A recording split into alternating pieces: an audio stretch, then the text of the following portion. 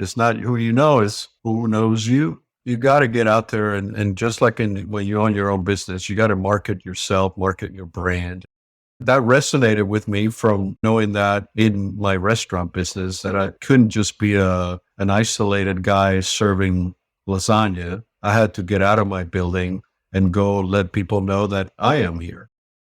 This is the Faith and Family Filmmakers Podcast, helping filmmakers who share a Christian worldview stay in touch, informed, and inspired. Quiet on set. Rolling. Today's host is Jaclyn Witt. Welcome back to the Faith and Family Filmmakers Podcast. I'm Jaclyn, and today I'm excited to have Ulises with me. I was not part of his first portion of the interview, but I get to conduct the second half. So I get to talk to Ulises about all kinds of fun stuff. And actually, I want to start by getting to know what are some things that you learned, like, because you grew up in Cuba, and then when you moved to America, like, what were some of the things that you learned that you have really taken with you throughout the rest of your life? First of all, Jaclyn, thanks for having me again. I love the intro. Quiet on set. Yeah. Rolling. And I've listened to so many of your podcasts with some of the other great guests that you've had that little intro is kind of set in my mind. So it's going to be pretty cool to hear it when I'm a guest. Yeah.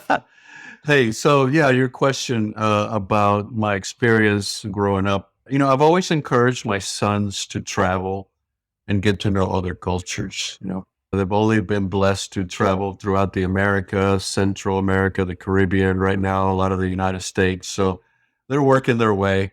But I was fortunate. You know, I grew up in Cuba. I lived in Europe for a while in Madrid, then came to the States. But I've had a chance to travel back and gone to Italy and Greece and France and Portugal. And that opens up you're from Canada, you live in Mexico now, you know, it opens up your view of the world and how everybody else lives outside of the United States. Heck, for me, outside of Montgomery County with some of the people that I interact with, because, you know, I have even some of my staff that's never left the 33514 77354 zip code that we live in. But yeah, I speak Spanish. I dabble in Italian a little bit because I love Italy. And one day I want to be fluent. It's probably the one country that I want to go back to over and over again. Just the way people react to you, the food, the cuisine, the different cultures, and how they approach their relationship with God. It's different in so many countries. It's true. My parents lived in Venezuela for a long time, and I got a chance to go there and visit. I've been to Argentina and Chile and on wine trips and cultural things. And it really does help to understand God's creation, God's versatility in creating different people and making them all different.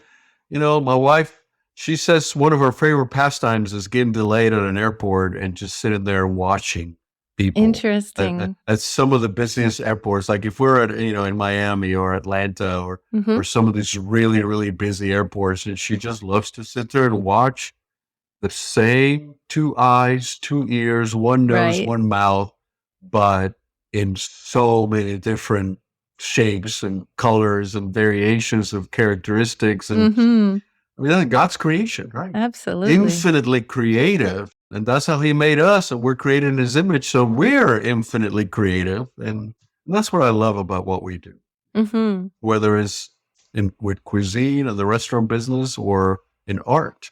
Absolutely. And I can imagine the more experiences that you have in life, the more that you have to draw from when you are acting. Because I know as a writer, I draw from a lot of my own experiences in life. Sure. It informs a lot of my own storytelling and characters that I develop and all of that. So I can imagine that having traveled so much, you would be able to draw from a lot of different experiences to bring more depth to characters. Yeah. Yeah. I'll tell you, my recent experience to go to Greece and go to Turkey and Rome, we were just there a couple of weeks ago. I went on a trip to trace the steps of Paul with a local church.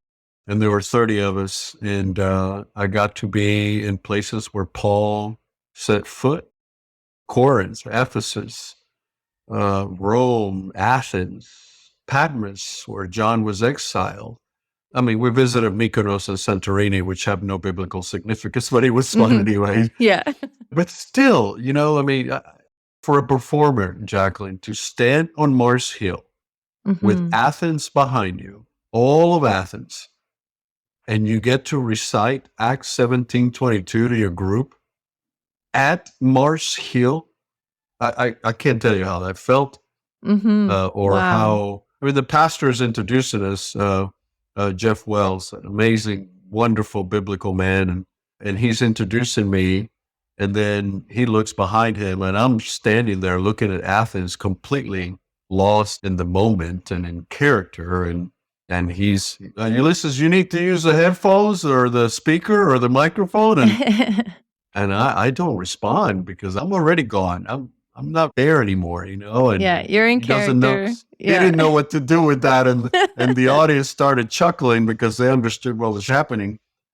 But yeah, that was a moment that I'll never forget. Yeah, So amazing. being on location, right? Truly, literally being on location. Yes, literally on location. Yeah, I wish, and I understand now, like, we watched Gladiator 2 and how they filmed in Malta. And I'm thinking, wow, what is it like to be in a production where it's millions of dollars and you actually get to go to these places and film in these incredible geography and topography. Yeah. Yeah. But Yeah, I anyways, don't think I ever thought of that before, like just kind of breaking it down the way you just did. I mean, I guess, of course, when you like watch these movies where they're filmed where they actually took place when they're historical movies, but it never really occurred to me to think it through the way that you just did, and that you basically went right back to the place and said the same words, standing in the same place as this historical figure that we all look up to. Like yeah. that is an incredible opportunity and Yeah. crazy. Yeah, people, Amazing. when I tell people about my recent trip, they go, "Oh, so did you guys go film there?" And I'm like, us non-Hollywood filmmakers don't have that kind of money, but, Right. I paid for my way there, but that's okay, well, maybe someday. Yeah, I we know never the know. Mel Gibsons of the world, they do this kind of thing. Yeah. All right, so let's get into some other things that also inform your acting. I actually wanted to talk to you about being an entrepreneur, owning your own business, because I know now that I've done that a few times in my life that I always learn so much. And so I'm curious what you have learned so far from being a business owner that you have then applied to acting, like, transferable skills kind of thing. Sure. In the restaurant business, and I wear many hats in my restaurant because we're a small mom and pop, for lack of a better word. So, I used to work for a big chain, a national steakhouse, and, we had people in every department. I had a guy that handled maintenance. I had a guy that handled marketing. And if I got to one of my locations, all I had to do was pick up the phone and go, "Hey, Jeff, I need a marketing strategy for Denver or for LA or for my store in Dallas." So when you have your own little place, you become all those guys and you wear all those hats. Mm-hmm. And at our little place here in Montgomery, Texas, I hire, I terminate, I train, I buy, I purchase goods, I, dictate my wine list, I shake hands, I kiss babies, Mm-hmm. you're doing it all. You're out there in the community, going to the Chamber of Commerce and making it back to your restaurant by 11 to open the door to, to serve your food. And it's a great training, but it's also exhausting because it's 24/7. Sit here on a Sunday, if you happen to be closed like us on Sundays, and Maria and I are on our laptops talking about the business on Sunday afternoon, Right. looking at the numbers, looking at the bills. Yeah, like it becomes your life. It is. It's 24/7. Yeah. So, if I was to take some of that work ethic to acting and the art and performing, when I joined Actor Models and Talent for Christ, and got to know people like Laura May, yourself, listening to the master classes that some of your guests have put on, because I love listening to your podcast because there's so many guys there that are offering free information. It's great. Right? Yeah. Thanks. Beverly Holloway on Mhm. Tuesday nights. I mean, it's stuff like that. You just have to continue to educate yourself, which is the same thing that we do in the industry, right? In the restaurant industry, you just have to constantly be connected to the network of people and your colleagues in the area, communicate with the guys that own restaurants around you, so you all know what each other's doing, and not competing, just what's going on, with Mhm. the Mhm. market, what's going on with the cost of, a case of chicken, Right. what's happening with the laws, who's going to Washington to talk to the leaders about the laws that affect our business, that kind of thing. Screenwriters, directors, producers, if you're involved in story development, this is for you. This event only happens twice a year. The Faith and Family Filmmakers Association Screenwriting Bootcamp is coming up very soon on January 26th. We've got 3 amazing workshops by professionals in the field, including Cheryl McKay, George Escobar, and Sean Gaffney. If by chance you don't know any of those names, check out their bios on the Bootcamp webpage. To get all the details, go to the website faffassociation.com/screenwriting-bootcamp. Check out the workshop titles and descriptions. I assure you, these online workshops are going to move your screenwriting forward and move you forward in your career as a writer. Register today at faffassociation.com/screenwriting-bootcamp. We'll also put the link in the show notes. There's almost 50 registered so far, and I encourage you to join them. The Faith and Family Filmmakers Association Screenwriting Bootcamp. Take a giant leap as a writer in one day. So networking is something that I definitely see value in, that I do in my restaurant, that I have to apply to performing, because you're a Absolutely. brand. You're a brand. Yeah. You yourself, I learned that from listening to all these experts that are giving us so much free, beautiful advice. And at the seminars at Capernaum and the content festivals and any type of festival that I have the time or the finances to attend, man, I encourage everybody who's listening to do these and meet people and shake hands. I think John Goetz said it perfectly on your last interview when he said, "It's not who you know, it's who knows you." A Right. lot of times, that was beautiful. You got to get out there and just like when you own your own business, you got to market yourself, market your brand. That resonated with me from knowing that in my restaurant business, that I couldn't just be an isolated guy serving lasagna. I had to get out of my building and go let people know that I am here. Right. And I got to tell you, for a couple of years, we dropped the ball and stopped marketing because we thought, well, word of mouth, Right. And did it affect your business? Absolutely. Mm. And, the attrition happened and people stopped coming. And, we had to jump back on it and realize you never stop marketing as a business owner, because people, when they stop hearing from you, they'll go somewhere else, as loyal as they could be. Now, we have our loyal regulars that come no matter what. Right. But we lost, and especially the new people coming to the area. So you have applying that to acting, right? You have new filmmakers, you have new studios, you have new people that are coming on board, new writers that don't know you exist because you did a big project that everybody knew about before, but they don't know you. Right. You got to So- be constantly attending these conferences and meeting people and letting them know Okay. you Yeah. exist. I was going to ask, like, what do you do as an actor to market yourself and keep yourself, top of mind and out there for people? What are some things that Yeah. you can do? I sat on a seminar at Content with Anita Cordell, because she's also a business owner that is a realtor and an actress. And a lot of that stuff she said was on point, just exactly what I'm about to say to you. It's very difficult sometimes because you have to manage your time, and you go, okay, this morning when I get up, do I go to my actor's social media, or do I go to my restaurant social media and promote the specials for the week? Right. Where do I put my time? Because there's only 24 hours in a day. So it's a very delicate balance. And for me in particular, my bread and butter right now is the restaurant. So I have to give it more attention. Mm-hmm. There's no way around it. If it was the opposite and, my bread and butter was acting and I was hugely successful and making a ton of money at it. Who is? Uh-huh. Unless you're in that, 0.05% in Hollywood. A lot of times I have to choose to work on my building and work on my restaurant and take care of my employees and be shaking hands and kissing babies.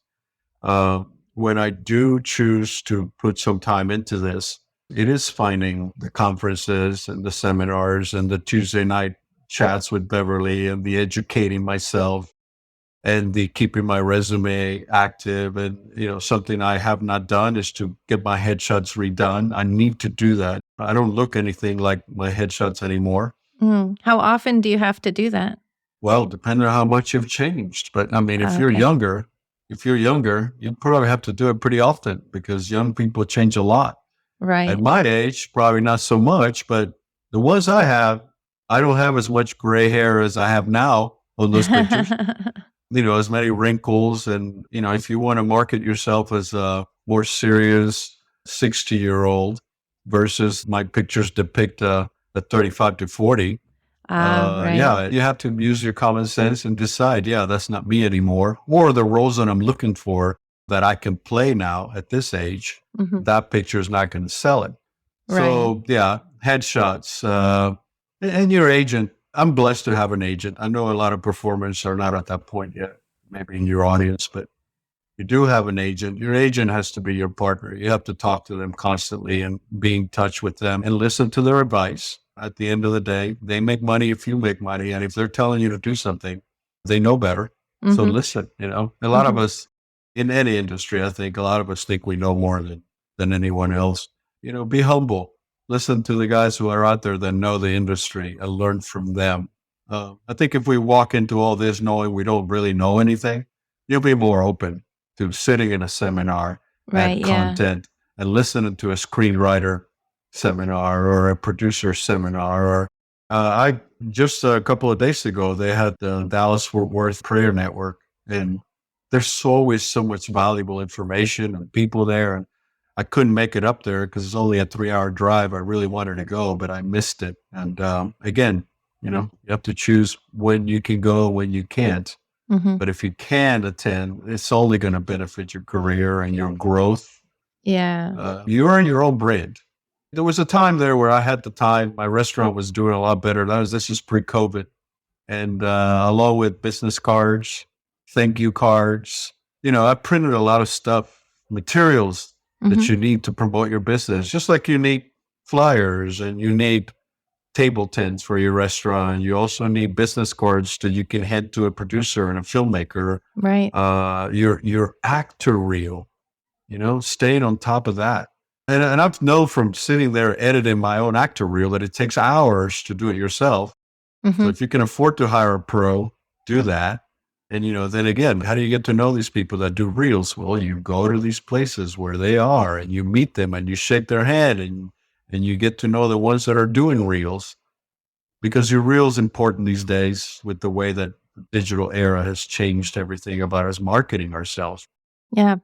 So, since we've already established that basically, like the restaurant business, it does become your life when you are a business owner. And from what I have seen in movies, let me just say, when you own a restaurant, like restaurants specifically take up so much of your life. Yeah. And so I'm curious, how much time on average would you say, let's say either in a week or in a month, that you put into your acting career?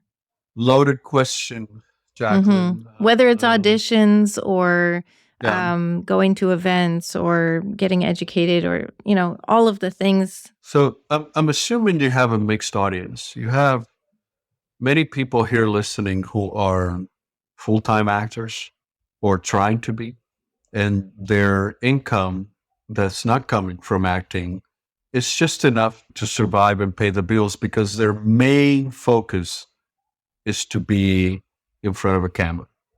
And if that's the case, then yeah, if you devote as much as you can of your 100% to your craft and your passion.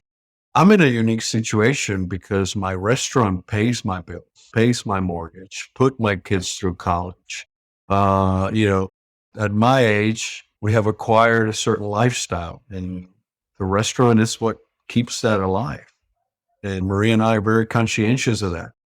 So I would say that, in a week or a month, because I'm so passionate about performing and acting, I don't know that I have a percentage in 1 month that I dedicate to acting. I can tell you that I'm looking forward to going to content again next year. I would love to go to a couple of the conferences that are happening in the spring. I know that once Thanksgiving takes off and we're in Christmas season, I can't do anything until the end of the year except the restaurant because we're going to be full, thank God. And that requires my undivided attention. January, February are busy months. We have Valentine's coming up. That's like Super Bowl for restaurants. Mm-hmm.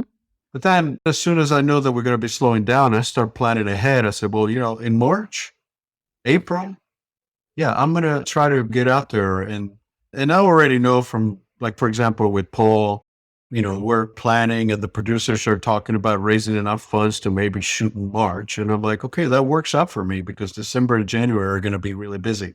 Again, my situation is unique. It's not unique to me. I'm just saying that it's different than most actors. Yeah. But I keep going back to that as often as I can because I have a passion for it. Right. Yeah. And like I told Jeff in the first interview, I just love telling stories and love using my gifts to glorify God in that way, and getting all these stories on the screen where people can see them and the message resonate. And maybe not necessarily the message of the churchy message, but a message of, hey, Christ is trying to reach out to you and help you in your life. Mm-hmm. And you can see all these instances on the screen where that can happen. And if people identify with that character, bam, the message went through. Right. Exactly. And they walk away with that, just like you writing, Yeah. Filmmaking is a business built on relationships. Come meet other like-minded filmmakers and people related to the film industry at our online networking kickoff event, January 30th. Meet actors, producers, directors, translators, and more. Save your seat for FAF Association's free networking kickoff event. Registration link in the comments. I think a lot of people in the film industry do have a day job and then they pursue this passion on the side.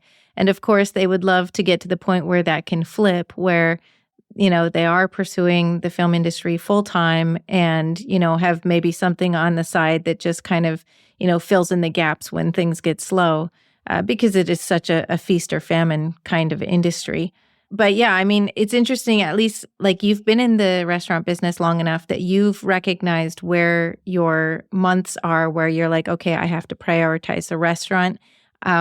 So it would not work for you to be filming during those months, but then which months you would have the time to be able to pursue filming. And that's even in itself, that's something valuable for people to be considering is like, are there seasons? Because if it's feast or famine in the film industry, I mean, maybe there's some kind of equivalent to a degree within whatever your day job is, that maybe there's certain times of the year that, there's more of a demand. And then other times where you have a little bit more freedom, maybe even if it's like in the summer where, if you have a job where students can fill in while they're off of school or something like that. And so then you would be able to go and do something because for you to take time off, it would be easier for the company to fill your position, or, just as an example, something like that.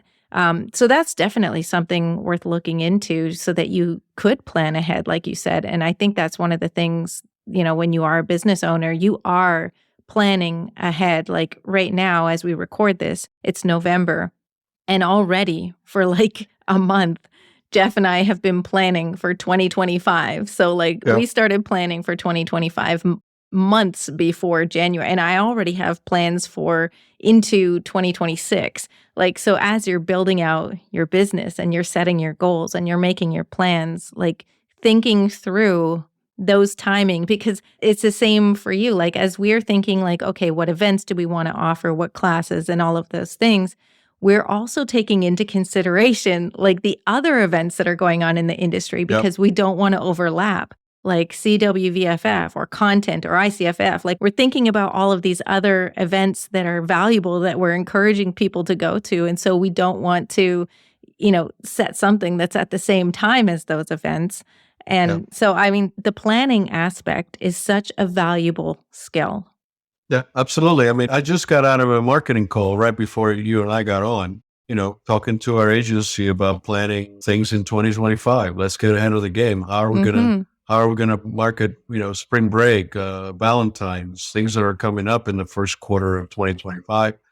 And you have to apply that same strategy to your acting if you're going to treat it as a business and if you're going to treat yourself as a brand and a product to the people who are going to hire you. I'll tell you, and I say all of that. And when we were talking about some of the options for the Paul the Last Apostle TV series, one of them was if we found the amount of money that we needed, was to take 4 months and film 5 episodes and go on location for a while and do it. And I'm the lead. I'm Paul. So I thought, okay, this is important. This is something I pray for. Be careful what you ask God to give you. Right. And, he gave me this role of Paul in this TV series in the moment where, things like The Chosen have an audience of, 500 million people. And I'm like, well, then it's important enough that I will figure out some way. My wife is going to have to run the restaurant, and I'm going to have to promote managers and do something and prepare for those 4 months that I'm going to be gone. And I'm going to tell all my regulars what I'm doing because I'm going to make this a part of Eden. Yeah, exactly. And they're going to watch it and they're going to be excited about the fact that I am playing Paul in a TV series. But I approach it like that because it becomes a part of your life and it's that big. Now, I'm not going to take a week for a Colgate toothpaste commercial, Right. So you prioritize. And in my case, like I said, I have a blessing that I have a business, but I look forward to the day when God gives me the time to devote more to giving these gifts back to Him. At the end of the day, that's what it boils down to. It's all I want to do. We all want to hear, well done, faithful servant. Yes. However you did it. Whether you trained somebody, you taught somebody. I tell you, when I've terminated people, it's hard, right? To fire someone in our place of business. And as an actor, you're probably never going to have to do that. But as a restaurant owner, you do. And there's a lot more people in my career that I've fired that have come back later and said, thank you. That was the best thing you could have done for me. I was spiraling out of control. And you firing me taught me a huge lesson and I got my act together. Wow. So it's not that I'm saying, hey, then I need to fire more people. No, it's that sometimes it does serve, that hard decision.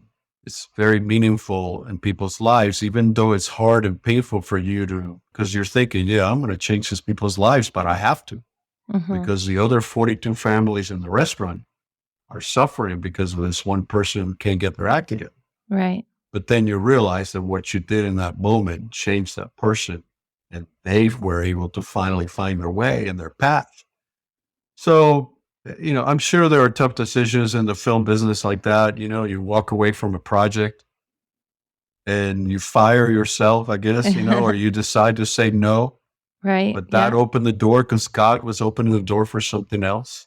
I don't know. Do you know Ruben? Ruben Martinez. He's been an extra in The Chosen. Anyways, he's working on a project right now called A Small Still Voice. And I love the title to that show because that's how God talks. It's a small, still voice. Never screaming. There's never, saying ugly adjectives or yelling. You have to learn how to listen to that quiet voice. For me, it happens in the middle of the night. I don't know why God chooses to wake me up at 3 a.m. and talk to me. And this throws my sleep out for a whack, but He does, and I get up and in the morning I'm talking to Maria going, I think God's trying to tell me something. Last night He said this and this and this, and it was very quiet and very still.